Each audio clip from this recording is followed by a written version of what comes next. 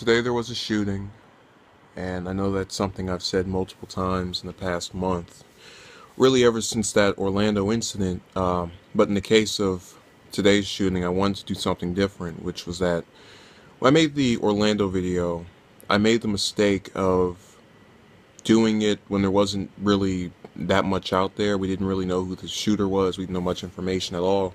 And I thought in doing it this way, where I kind of wait a little bit and see how things go, we might actually have a more substantive video rather than me just giving my opinion. So I'm going to read the details of what we know. Police received the call of a suspicious person walking down Airline Highway with an assault rifle. When officers arrived at the scene, gunfire erupted at around 8:30 a.m. The shooting occurred at a gas station less than 1 mile, 1.6 kilometers from the Baton Rogue police headquarters. A witness told television station WBRZ TV that one of the shooters, a man dressed in black with his face covered, was shooting indiscriminately when he walked out between the Be Quick convenience store on the premise of a mobile gas station and Benny's car wash and oil change, and they give the address, whatever. The advocate confirmed that 3 officers were dead and others were wounded. Kip Holden, who is the mayor-president of Easton Baton Rogue Parish, said the shooter was shot as well. Police later stating that he died at the scene, and officers say a specialized robot was sent in to check the gunman's body for explosives. Now, on to the perpetrator himself. His name is Gavin Eugene Long. He was 29 years old. Today is his birthday, and he chose to commit it on this day. Social media outlets his posts on them rather are indicating he was part of an anti-government group called the New Freedom Group. Now that that's been established, let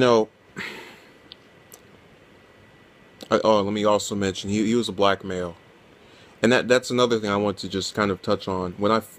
I woke up this morning and I'm notified of this story by someone else. The first thing I was thinking to myself is, I really hope it's not someone black. I really hope that, despite their continued disillusion with the incident, with just these 2 murders we've had as a result of what was it? I get Alton and Philando mixed up. Philando was in Minnesota and Alton was in Baton Rouge, or Baton Rouge rather. I'm sorry, I'm kind of not really put together at this moment, just from having to respond to this. Now, I was really hoping that blacks as a plurality could ignore that continued frustration or just revenge feeling that some of us may have as a result of these shootings, because I just didn't think it would do anything productive or it would be used in a way that was actually beneficial to anyone in the long run. So yeah, you may blow off some steam killing some cops, but don't make no mistake about it, you're going to get killed yourself, or you're going to jail for the rest of your life. So that should have, I feel as if that should have been enough to stop this, but of course it wasn't, and I'm sitting here now addressing this story.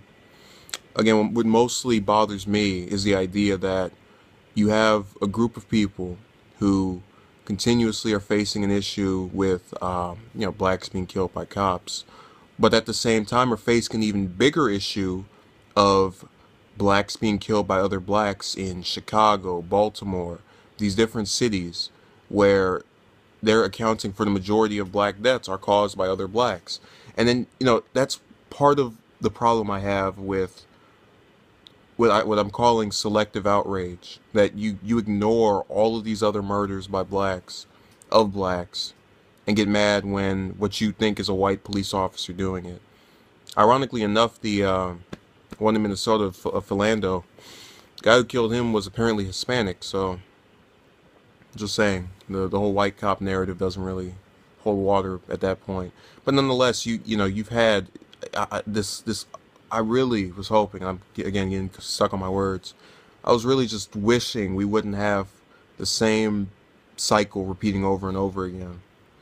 And now I can confirm it's the same thing, where you have a disillusioned black person taking matters into their own hands and killing people who had nothing to do with the situation that's making them angry.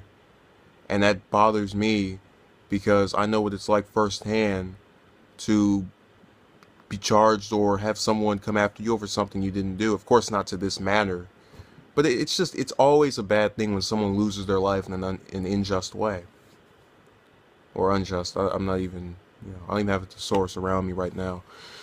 The bottom line with this story is you've had, the governor respond to it. You had Jindal give a little response as well. It was all right. He was on Fox earlier.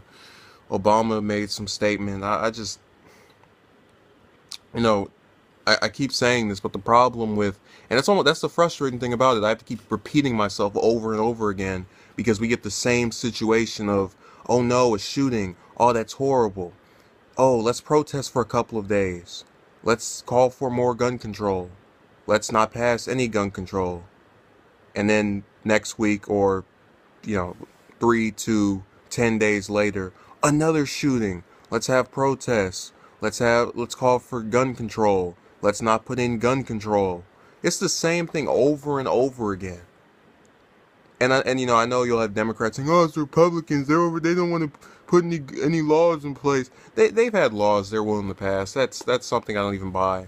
And they can do their little sit-ins and protests and all. This doesn't get solved until you take the guns out of the hands of people who are irresponsible with them.